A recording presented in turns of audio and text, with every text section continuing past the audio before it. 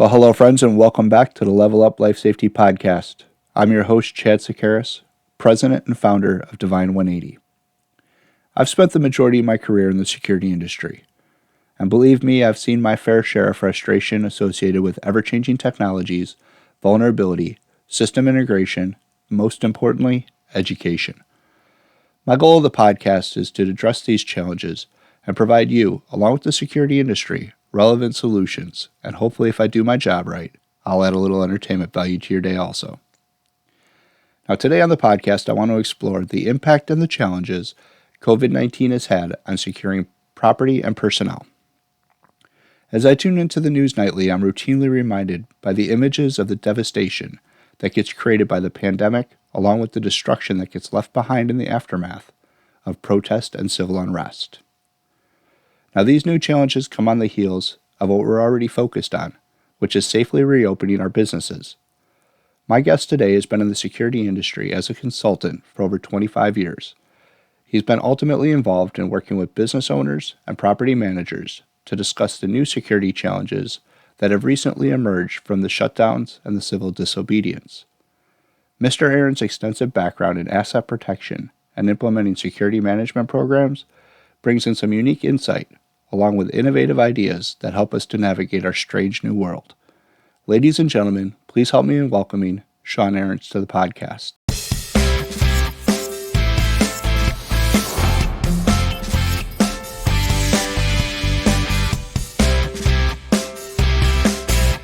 So our next guest is Mr. Sean Ahrens, the Security Market Group Leader for Affiliated Engineers. Sean, thanks for being here and welcome to the show. Hey, thanks for having me. No worries. Now, since the last time that we spoke several months ago, it was pre-COVID, everything's changed. I'm excited about the topic, and I'd really like to get your take. Sure. So where do we want to start? Well, almost everyone I talk to is either working online from home or they've been introduced to what I hate to say is the new norm. You know, they're working from home after the effects of COVID have really been amplified with the devastation I'm seeing downtown Chicago. Yep. I mean, a lot of the businesses are being affected by the protest and looters. So I'd like to hear what your customers are saying and what exactly affects or what type of solutions are they looking at. Well, we've certainly failed the apocalyptic setting on easy right now with regards to what's going on. I think one of the biggest challenges that we've had with COVID is certainly around the ability to respond. So if we look at armed assailant, or previously what we called active shooter, which is now called armed assailant, and we've had 10 years to evaluate that. The first DHS videos showed individuals, basically holding fire extinguishers to take out the assailant. And now, certainly when I saw that, I was like, well, I wouldn't have done that. I would use the fire extinguisher spray, right? And so continually, we're starting to learn more and more. COVID has happened in such a very, very confined amount of time that all we can do is react, and we're not really considering the outcomes. So I'll give you a couple personal anecdotes or stories that kind of go along with this. I work with one client. They basically are going to put that social distancing platform in place. I think they were expecting a number of people coming back to the office. And, we had literally lines to Disneyland to get into the elevators. Adding some tape or some circles on the floor to keep everybody 6 feet apart. No, these were actual like you see at the airport, the retractable ropes, right? Oh, and they were, okay. Literally was like lines. A serpentine. Yeah, sure. And we're going to go in this way, we're going to go out this way, everybody's going to transfer, and then we're going to put everybody in the elevator. And so, well, how many people are going to put in the elevator? Well, we put 4 or 6. Well, you've got 6 feet distance up to the elevator, and now we're doing. And so they really didn't consider that. And then we start talking about workplace violence. So I said, okay, well, we come in there, we do the temperature test, and the person throws a temperature. What do we do? Well, they can't come in the building. Well, they own 4 floors. Well, they can't come in the building. So you're going to tell the person that owns 4 floors that they can't come into the building. Well, yeah. And they're thinking about it in that mindset, but then you literally see the light bulb go over like, yeah, that's probably not going to work. Okay, well, let me compliment that. What if the person just says, I'm going to continue. I don't care. I'm going to walk into the building. You're not going to stop me. Do we put hands on that person? Well, yeah. Are we putting hands on that person? No, we're not putting. Then the risk manager, like, no, no, no, no, no, no. We're not doing any hands on anybody. And so we just haven't had time to think about this. Another great anecdote. I'm in Las Vegas, hanging out with my friend. We come back. We're super hot. Looking at the security officers that are kind of standing around, and they've got temperature screening. One location, temperature screening. All the other entrances into the hotel, no temperature screening. But this one has temperature screening. And it's hot. So we, throw a temperature, and they say, well, you sit down there and cool off. Okay. So I kind of look over to the security officer. I'm like, so what happens if I continue to throw a temperature? Well, thou shalt not pass.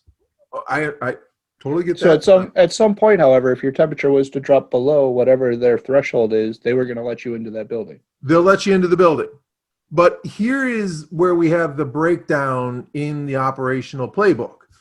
I asked the individual, I said, well, I understand you're not going to let me pass, but just hypothetically, what would happen? Well, you're not going to get into the building. Well, all my stuff's up in the room. How do I get my stuff?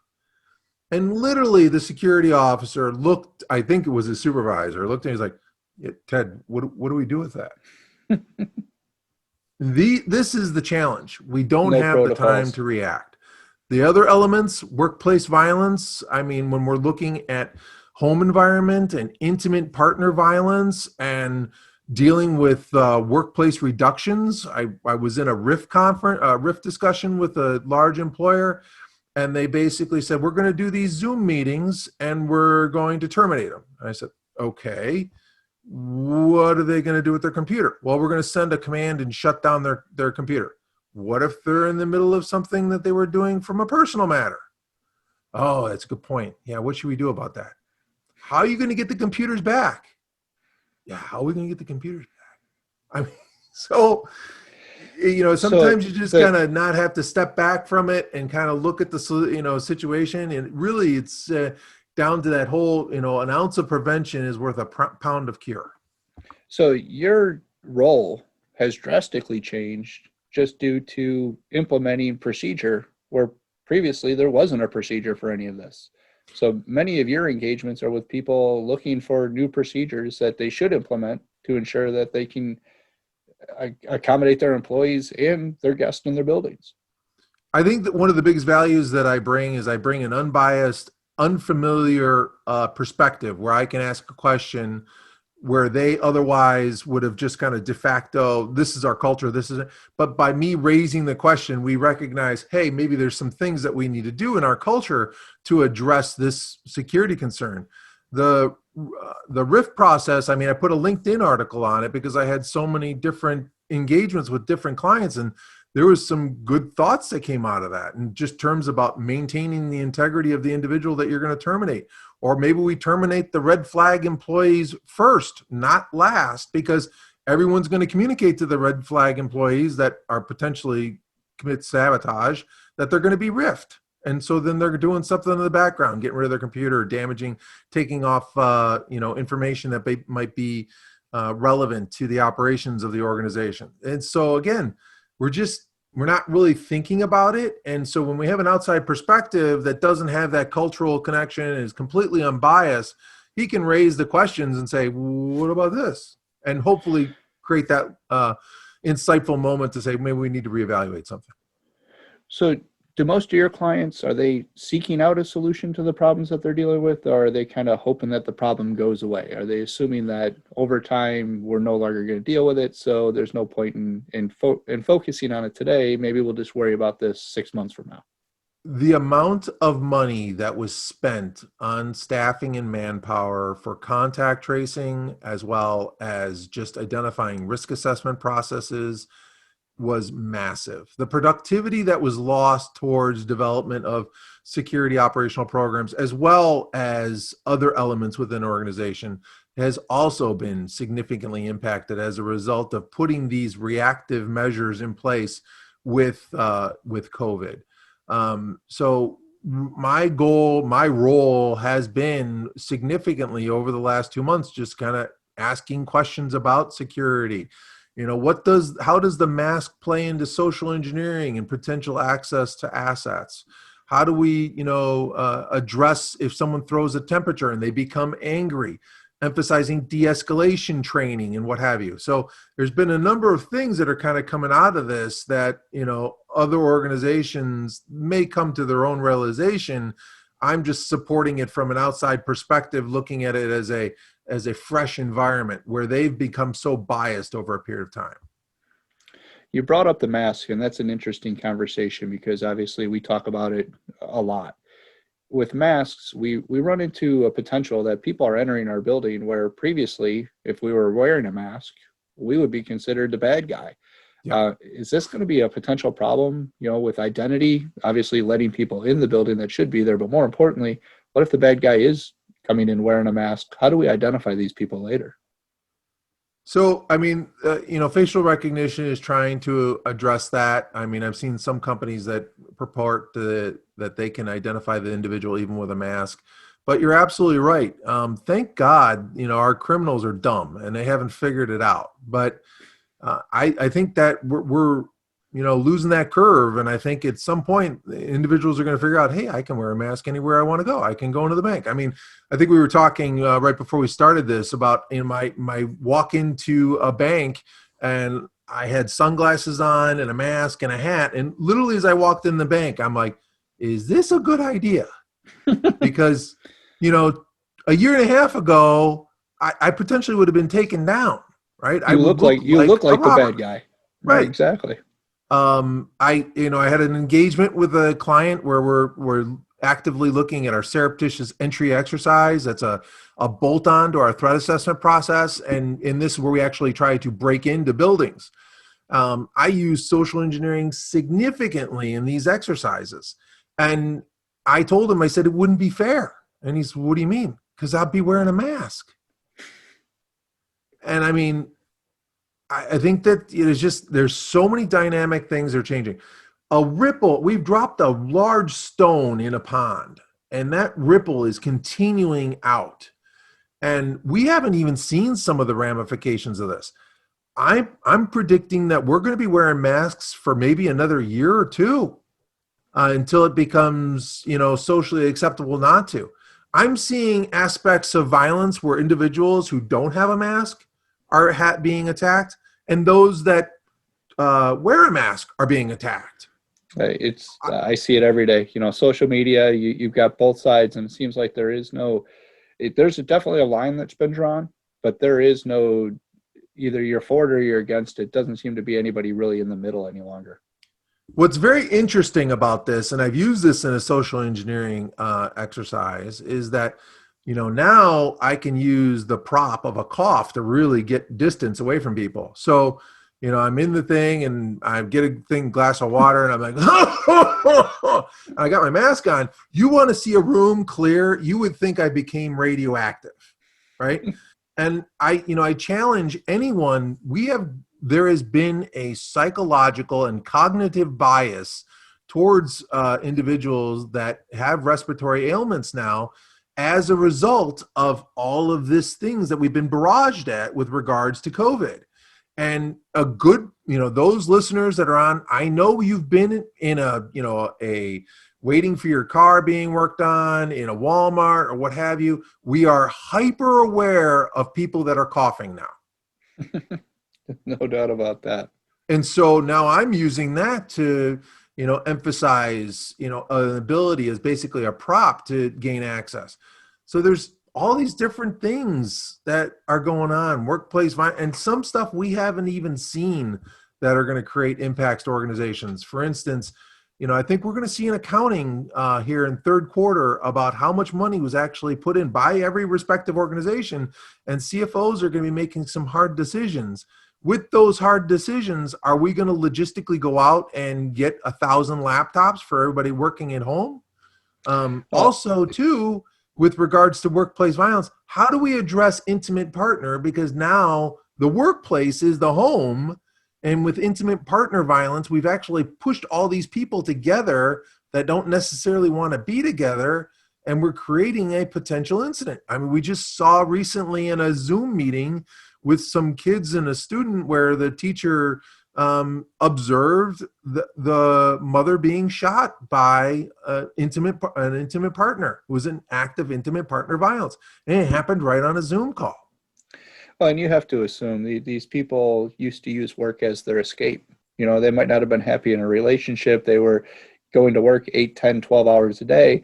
That was their break. There is no Yep. break any longer. They're at home with these people 24 hours a day. So, you know, tensions are even higher. Frustrations levels are even higher. So it's putting a big burden, I think, on a lot of people's mental health and their relationships that they're currently in. Yeah. And how does the workplace address that? Because Yeah. it is the And workplace now. So we typically didn't get involved in home life. I mean, we would support it under an intimate partner that we didn't want it to happen in our office. But now with the office essentially being at home, how does that apply? And we haven't really seen that tested yet. And I think we will. and Another aspect.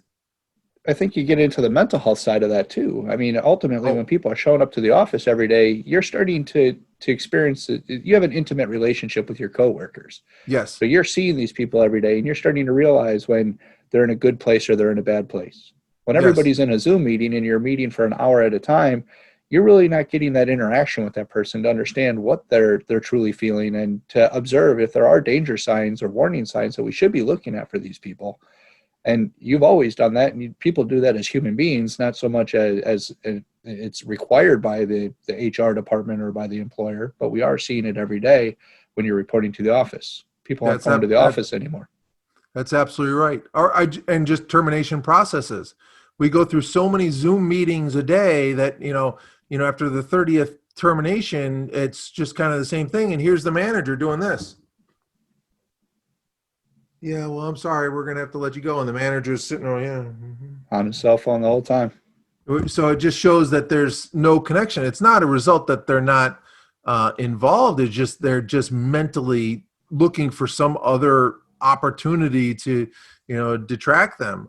Another ripple in the lake, if you will, is just businesses. Traditionally, we see that home burglaries happen during the day. And the reason that happens is because no one is home. Everyone thinks it happens at night. It really doesn't happen at night a lot. It happens during the day because everyone's at work. Well, now residential burglaries, assumedly, are down, but our businesses are not occupied. And a lot of those businesses during the day, what do they do with the alarm systems from 8 a.m. to 6 p.m.? Oh yeah, They they were on a mask the program door to shut off. contacts. Right. So you have Uh, basically created these environment that anybody figures out, hey, I can just walk in the door because the alarm might be set, but the contacts are masked. and it's interesting you say that too, because one of the things you and I were talking about prior to jumping on this call was 58% of businesses in downtown Chicago, they're all on first floor, are claiming that there's a potential they're going to be gone next year. They really are Yeah. struggling and worried that they're not going to be able to make it. Now, in all fairness, a lot of these first floor residents are bars and restaurants. So Mhm. outside of the looting and the rioting that has been happening, on a daily basis in Chicago, a lot of these businesses, due to the mayor, were shut down and they weren't allowed to have people come in. Right. But with the protests and the demonstrations that are happening in Chicago, specifically Chicago, but all major cities right now, what's the likelihood that these businesses are going to be packing up and moving out if they don't go out of business? Are we going to see a downcline or a decline in businesses wanting to be on that first floor in major cities due to protests? So it's interesting. I had a client, we did a risk assessment about 6, 7 months ago. It was for a municipal client, and they had a very old historic um, municipal building, and there were windows at grade. And they just refinished them and what have you. And there's a bar and entertainment district that they just built about, a block and a half ago. And I'm out there one night, and it's just party. It looked like a college town for all intents and purposes. And I submitted to them that I think what you need to do is you need to put some shatter resistant film on these windows, with some good, lock it into the biting or put a silicone around it or what have you. And the person literally said, Is the propeller wound a little bit tight on the tinfoil hat? It's just an opinion. I'm just giving you an opinion. It's really up to you to make that business decision. And that's what I do with all my risk assessments. I'm just giving you an opinion. I'm opining. You ultimately will make the business decision if you're going to accept, absorb, or transfer that risk, right? So literally 2 months ago when this whole started going, they called me up and said, yeah, so the window film, what manufacturers would you recommend for that? So I think that, these facilities are going to have to look at hardening their environments to delay access. The companies that had shatter-resistant film, and there's a number of them out there, those looters that couldn't get in within a good amount of time, delayed, they went on to an easier target where they could hit the glass and the whole thing would bust it out, right? Fortifying your doors, basically making them more secure and less likely to be pried open or what have you. These are all aspects of delay that are going to make the individuals move to the next target. At any time when we're trying to prevent something from occurring, all we have is time. That time is delay, which leads to detection, right? So as long as we can extend that time, we're there. If we have a determined aggressor, either they're going to continue to hit that cycle process or they're going to just continue working on it. They don't care about what the effects are. So when we look at looting, what is it? It's opportunity, right? So with that, all we need to do is increase the time, and they can't get the looting, they can't get the assets, so they're going to move to the next target. In this way, our neighbor's security, if it's weak, is our best defense. It's interesting that you bring that up, because that's exactly what my thoughts are when I see the defund the police movement that's going on throughout the country at this point. What do we do? And I think it's probably too early to tell, because I don't think anybody really has defunded a police department. Obviously, measures have been taken. But if you were to defund the police, obviously now you're increasing the amount of time that looters and potential thieves have to get into your building, because the response time is going to be diminished. I mean, ultimately, you're going to run into bigger problems if the police don't respond. So what exactly does that mean? And what type of measures should the customer, your clients, be looking at today to say, hey, you know what, we should probably look, if our current response time is 3 minutes, what if it went to 30? What would that look like?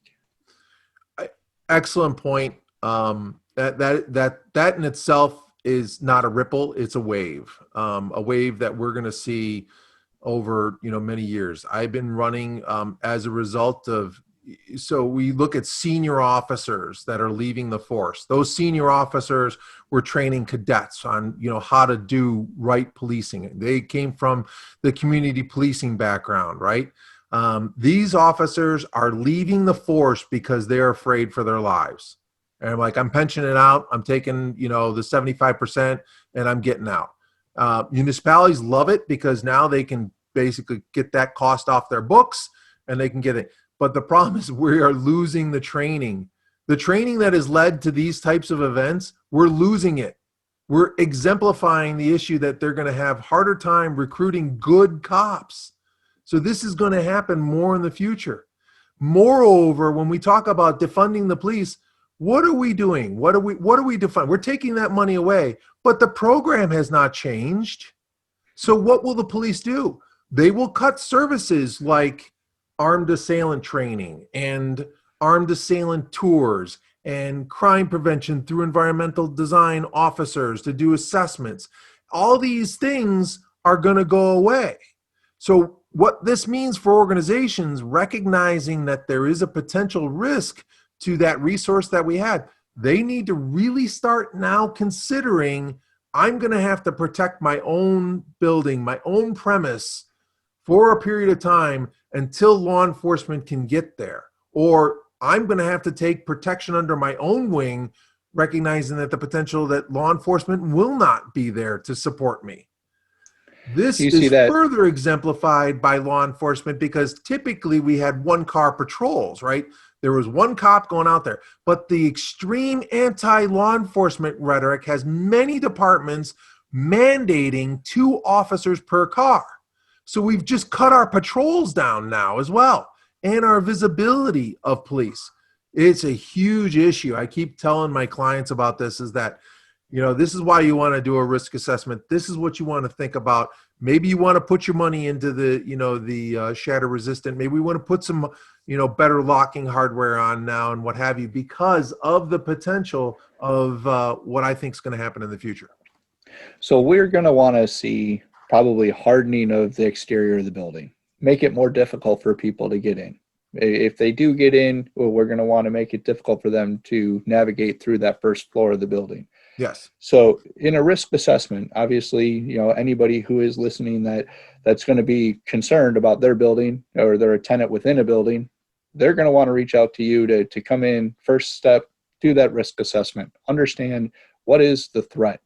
And like I said, we've been inundated the last couple of months just with people that are concerned about being on the first floor. What does that mean for them? And like I said, we're hearing every once in a while that people are thinking about moving out of the city, or, if they go out of business, that they're not going to be able to survive. So I thought this was a great opportunity for you and I to get together to really talk about how can people really prepare for the unknown. At this point, there's a lot of unknown and uncertainty that I know in 20 years that I've been doing this, I haven't seen anything like it.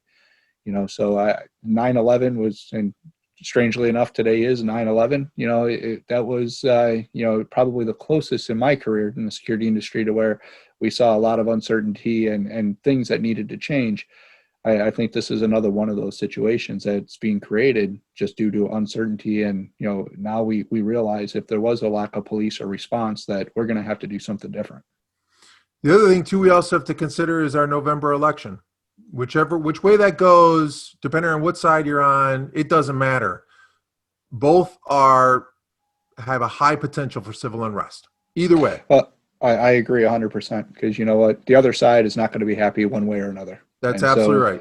That this could continue on for several months after an election, even, until we actually get to some sort of a calm.